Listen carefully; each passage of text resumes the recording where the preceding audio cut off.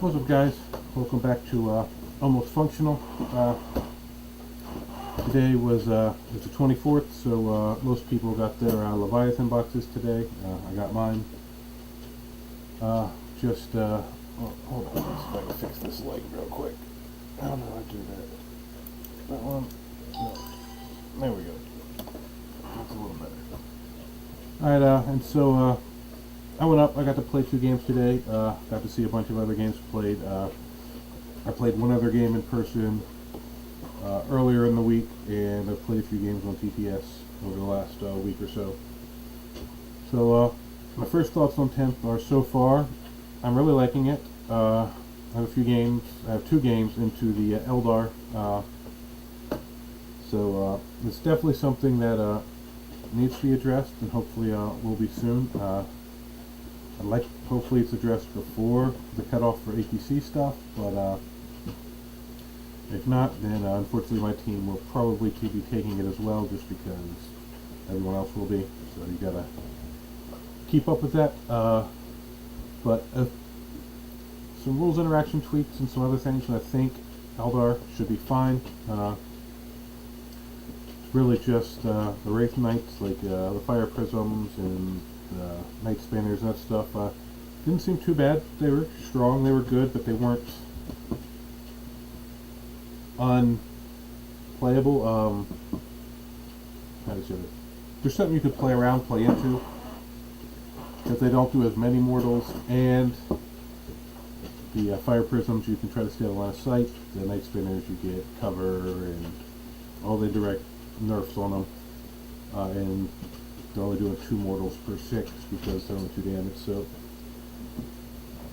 once they bring that into line a little bit, I think we'll be fine. I mean, obviously some armors are going to be stronger, some are going to be weaker. That's just the way it always is. But once that's a little fixed, I think no matter what you play, you'll have a chance, even if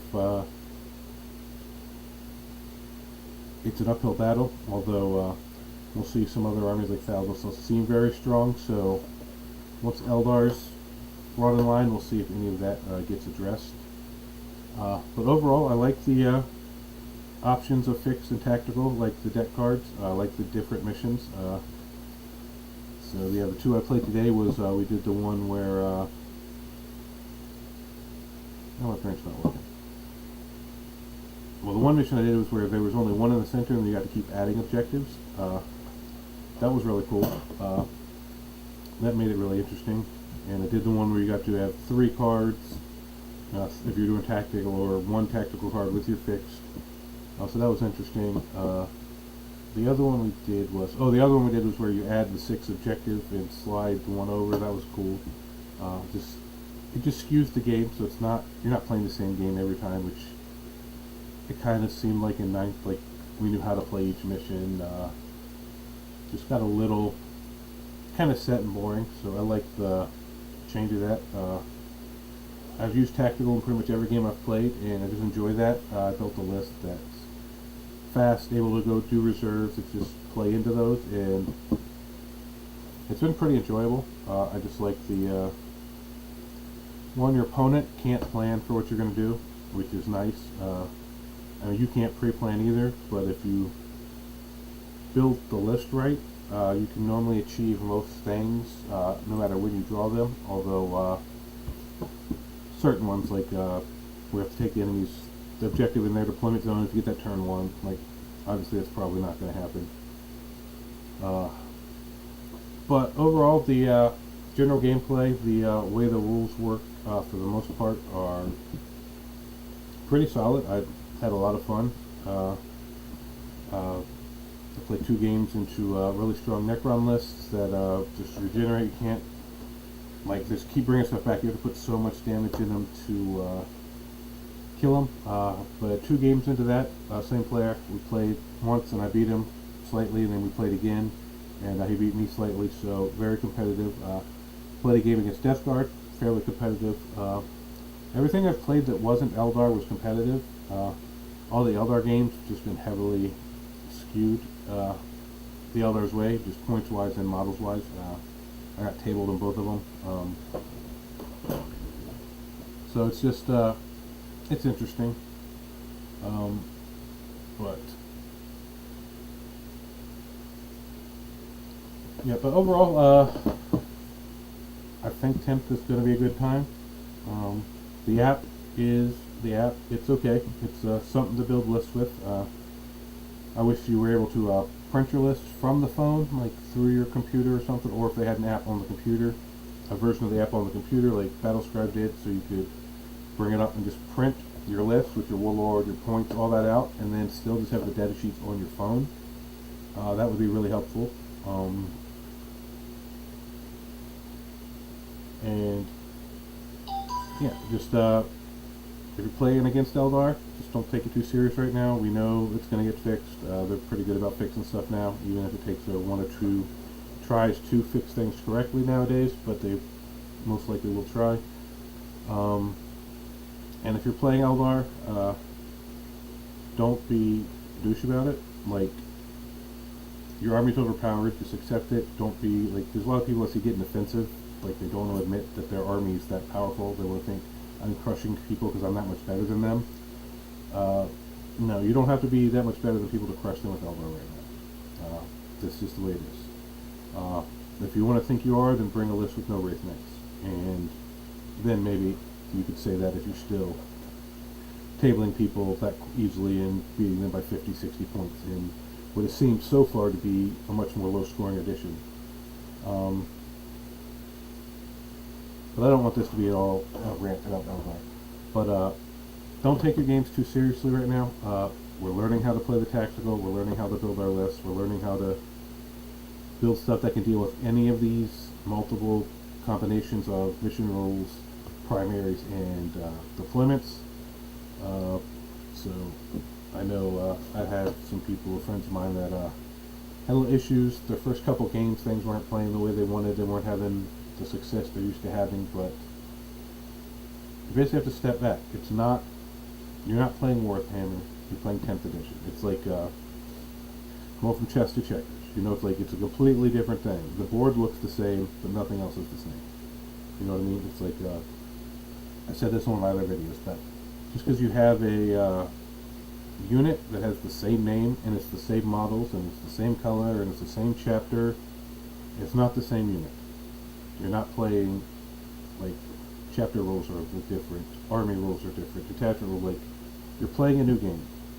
So just treat it like you're learning a new game. It's that simple. Don't get upset if you lose.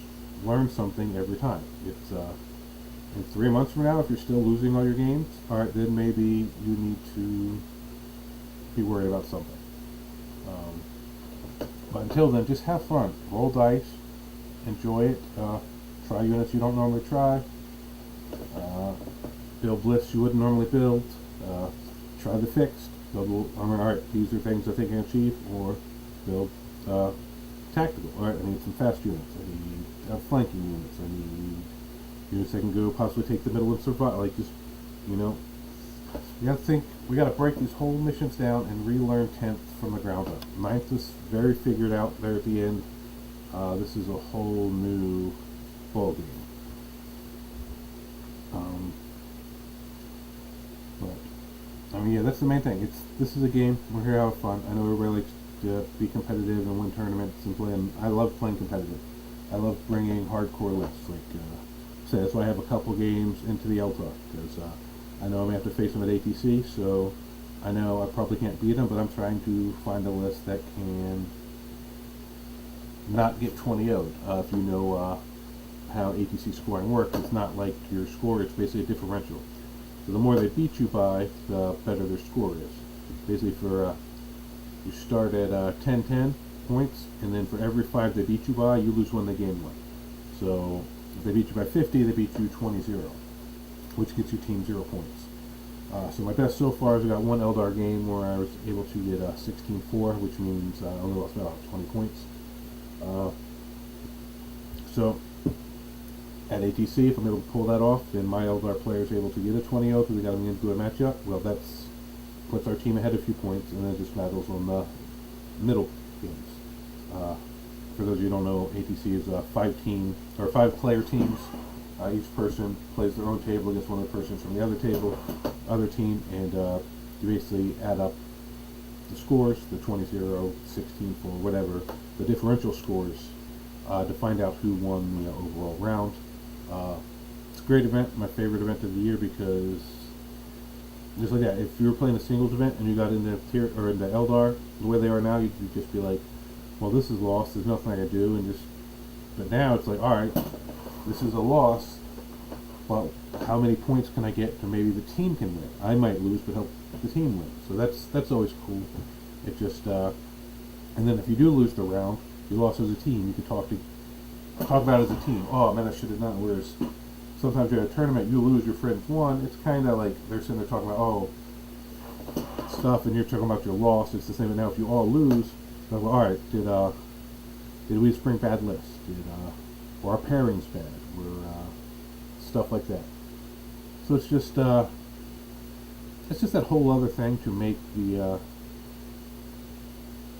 game better. It just brings in the camaraderie, just a whole weekend just hanging out and gaming with your friends, which I mean a lot of tournaments are, but like you guys are really in this. Before each round you talk about matchings, pairings, or what can I beat? What can you beat? All right, how do we get these pairings? So it's just like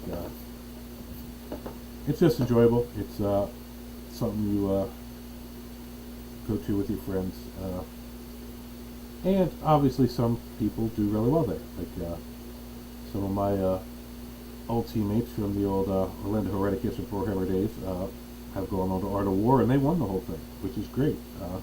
My teams have never finished better than top middle, because I always go with the people I think I'll enjoy playing with the most, more than the people I think are the best players from the area. You know what I mean? It's because Warhammer to me isn't about winning. Like, obviously I want to win. I try to win, but I'd rather be around the people I enjoy and enjoy the game than win. Like, I'd rather lose badly and have a good game than win and have just the other person not being a good. Let's just interactions not be fun. I'd rather go 0-4, 0-5, and have fun the whole weekend than go 6-0, win a big event, and just be miserable and stressed the whole time. But some of those guys, it's their job now, so they're like their job's on the line. If they become bad players or never do well, people are gonna stop. So I mean, I understand for them, like it's work for them, which it's good. I'm glad they can make a living doing the thing we all enjoy, but sometimes I worry it may take some of that joy away from them, which I certainly hope it doesn't, because I know all those guys, they're all great, and I've played on the table with them, I've hung out with them, like some of them I've played beer pong with at house parties. I just hate to see them ever lose the joy, because it's too much of a job, which so far it doesn't seem they have, so I hope it keeps going that way. I hope they continue to be super successful, not only at the business of 40K, but also the game, and still keep the enjoyment, because honestly that's what all brought us here in the first place. We all have jobs, we all have families, we all have responsibilities, and it's nice to get away and just roll some dice, play some toy soldiers, and just forget about the rest of the world for a little bit. And that's my main thing. Like, 40K is an escape. So if you stress too much, if you worry about winning too much, if you put your happiness into whether you win or lose, as opposed to just being happy we're out here playing the game, that's not something I would advise of people. I mean, obviously everybody does what they do, and sometimes it's hard not to do that. Like, things are going bad, your dice are going bad, sometimes it's hard not to get a little salty. I've done it, I do it, I'm not saying I don't, but I try not to. I try to look at the big picture, but in the end, this is a community. Like, we're all friends, we all talk before, we all hang out after. Like, it's not like just like maybe TTS could do that some way, but it's not like you just go onto a online video game, you play against people you don't really know, and then they're gone. Like, this is like, we actually have interactions in your local tournaments. You see the same people every month. It's like, you build friendships. You get to know each other. It's like, that is what really brings 40K home to me. It's like, give you a little personal history. Growing up, my family moved a lot. So, I was never in the same school for more than 2 years. Like, by the time I got out of school, I'd basically been in school for 12 years, and kindergarten, for 13 years, whatever. Did I go to pre-K? 14 years, whatever it was, and I went to like 12 different schools.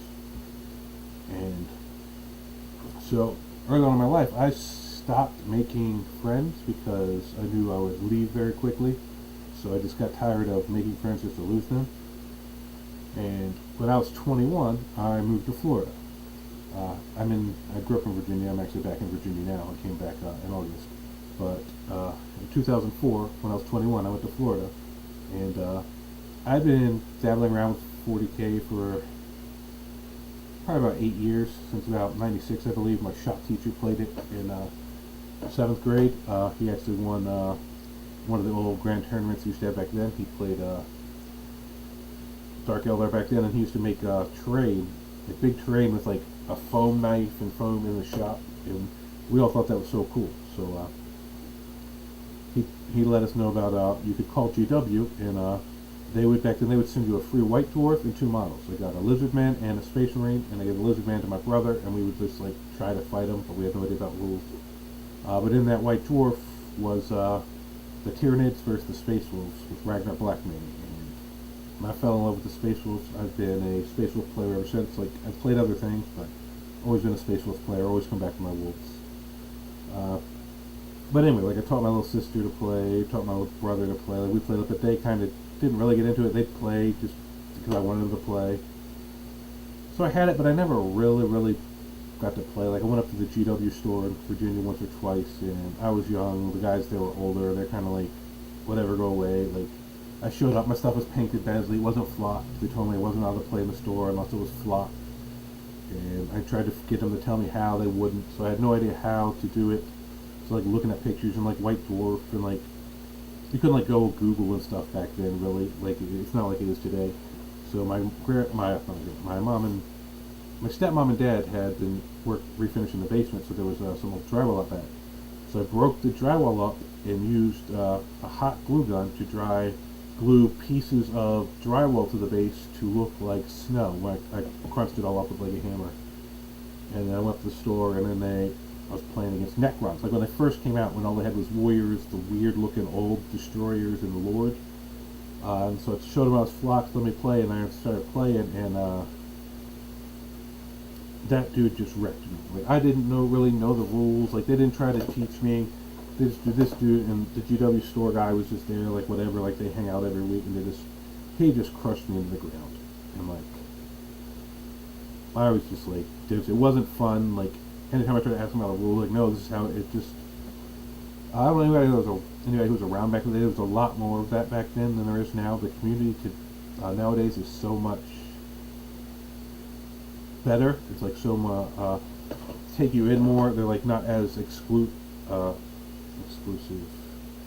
much more inclusive to new players for the most part. Most places I've been. But anyway, so I moved to Florida, and I was like, you know what? I'm gonna go to this game store here because there was no like local game, like regular not GW stores near where I lived really back then. So I went to the store, and I get to the location, and it's not there. It's a closed place. Well, crap. So GW had this little insert that had where store's address is and phone number stuff in it. So, and I had to MapQuest how to get there. So then I called the phone number from a payphone because those are still a thing. And I get a hold of the store, and they're like, "Oh yeah, we moved. GW just hasn't updated the thing because it was in print through a magazine, so things weren't updated that quickly and stuff." So it's a new address for another 10-minute drive. So I drive over there, and it changed my life. I met some people in there, like some of them I'm still friends with them today. I still roll dice with them today. And I came in with my army, and I showed me how to play, and like if I asked them questions, they showed me. If I wasn't sure about a rule, they showed me. Like,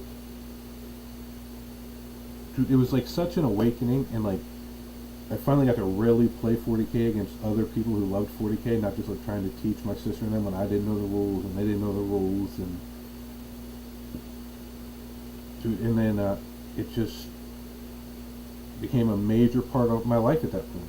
And I'd be up there, like had a couple friends like Josh and Stump who actually worked at the store. So I'd go up there when I got off work almost every day of the week, and sometimes we'd play, sometimes we'd talk. That little VHS tape, I brought up a bunch of VHSs in my house. Like we watched through all the Rocky movies while we were sitting there talking, and just like I finally felt like I found a place I belonged. I finally found a place that people understood me, that it was just, I don't know, it was a really great time in my life. And so then eventually, so I was there for a few years, and eventually I moved back to Virginia for a little while, and then ended up moving back down there, and like 2 weekends after, I find out the 2 weekends after I got back, the store was closing. Like I found out when I got back that it was closing, but the actual closing was 2 weeks after I got back. So I was like, man, what are we going to do? And so then we started playing at people's houses, a lot of times at our friend Chris Winan's house, and that's when a lot of us got really, really close. Instead of just like people you really like, you see at the game store, like Josh and stuff I was real close with, but then like Scott, Adrian, Chris, Jim, like there was such a huge crew that we would get together at Chris's, we'd play team games, we'd get there like 7 o'clock at night, we'd still be there at like 1, 2 in the morning, rolling dice, talking, because we'd go off on tangents and talking, and just like, it was like every weekend, if not the other weekend, and it was like, it was great, and just so all those bonds that I'd begun to build just became so much more, and like, then when we finally had some stores open up, we'd all start going there, and so we stopped playing at each other's houses as much, but those connections were so much more. Like, we'd go to birthday parties together, we'd go to things, like, it wasn't just like see them at the store and then you go home, like, became like real friendships, and then 40K started growing. Like, we used to have a tournament circuit down there. Well, it wasn't like a tournament circuit organized. There was like basically 4 tournaments within rival distance to us. One the first weekend, second weekend, third, fourth weekend. So we called that the circuit. But they were at different stores, and the stores didn't like collaborate. They just made sure they went on the same day. But yeah, me and Kurt went almost every week for different. Sometimes Josh went with us. Sometimes Chris Anderson went with us. Like, but we were always going. And then that went on for a long while. And then Kurt got married, so he got out of the game for a little bit. He came back later. He's back now. But that was it. And then that went on for a long time. From like, that was like in 3rd edition through 4th edition, 5th edition, 6th and 7th edition. I wasn't a huge fan of. I kind of got out of the game a little bit just because those editions got a little unwieldy. If you knew around for them, you know what I'm talking about. So I won't go into a lot of details about that. But then ITC came. Everything really started to blow up, like big tournaments, and then 8th edition stuff. We started, that's when all the real traveling for, like, I know there's a few people that did it, but like people I knew started doing it like all the time. So we'd go to Adepticon every year. We'd go to LVO. We'd go to Nova. And so it's just like, now you're traveling the country doing stuff with your friends, staying in a hotel. Like, it was such a blast. Like, and it still is that way for a lot of people. It's just, and the game's only going to keep growing. Like 10th edition, I think, is going to be great. GW's getting more, like now they have their opens, they're getting more into pushing the tournaments, advertising the tournaments. If all this stuff with Henry Cavill and Amazon and making Warhammer movies and TV shows or whatever comes on, that's going to start bringing a lot more outside people in. So this game's just going to keep growing, keep bringing in more people, and I'm glad right now that the people at the top and just the majority of the community are a lot more welcoming and inclusive, because that shows other people that are coming into the hobby how to treat people when those people come into the hobby. Which anybody who came in around 4th, 5th, beginning of 6th, there was a lot of the better players and stuff that were very pushy at the table, very, I'm better than you, I don't have to explain stuff to you, just take this loss and get out of my way. I mean, I'm sure there's still a few people out there like that, but it's not like it was. Like, I see a lot, but I'm really proud of how most of the top level players treat the people they play and the people in general. And I know some of it's because it's like the job for a lot of them now, but even before it was, like, I knew a bunch of these guys when they were coming up, when they were just mid players, they're starting to get good and working their way up, and they were always that way. They were always gentlemanly on the tabletop, always, if you had a rules dispute, wasn't hard to talk about it, even if you couldn't come to an agreement. If you disagreed, it wasn't angrily disagreed, it was like, well, let's just get a judge because we can't come to a consensus. You know, it's like nothing, like, I don't know, I'm just really happy with where the game is, because the game is such a big part of my life, just socially and community wise. In addition to, I just love building army lists, I love putting stuff on the table, I love the tactical challenge of trying to beat someone, and you know, it's just, you know, it's fun. You put your brain to the test and you get to have a fun social interaction. But yeah, but I know I started this about 10th and I'm going on all sorts of tangents, but I am really happy with what the edition looked like it's going to be. I like the idea and aim of what they have for 10th. And obviously rolling out this many indexes and the core rules and all this at once, things slip through the cracks. And we gotta give them a little time to rein it all in, and once they do, I think it will be one of the better editions. Like, I never liked Maelstrom, I never liked any like the cards before, but I've enjoyed the tactical so far, and the fact that you have the option between fixed and tactical, so that if you don't want to play tactical, you like fixed, you can do that. Like, you're not roped into it, which I think is what makes it so nice. If you like playing tactical, play tactical. If you like playing fixed, play fixed. And you can do both do opposites on the table in a game, and it works. It's balanced to work that way. So, and the way the secondary score, like the fact that it's not like everybody scoring 90s and 100 every round. Like, I had one game against Eldar where they scored an 87, but everything else, like, it's been 60s and 70s, even on the winning side.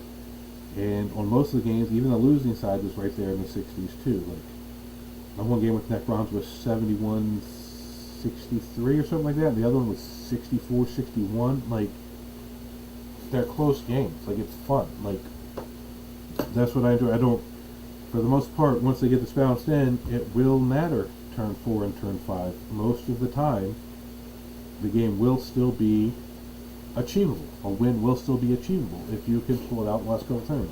Yeah, maybe it's an uphill battle and you need some things to go your way, but it seems like a lot of times at the end of ninth, a lot of games are really decided by turn 3.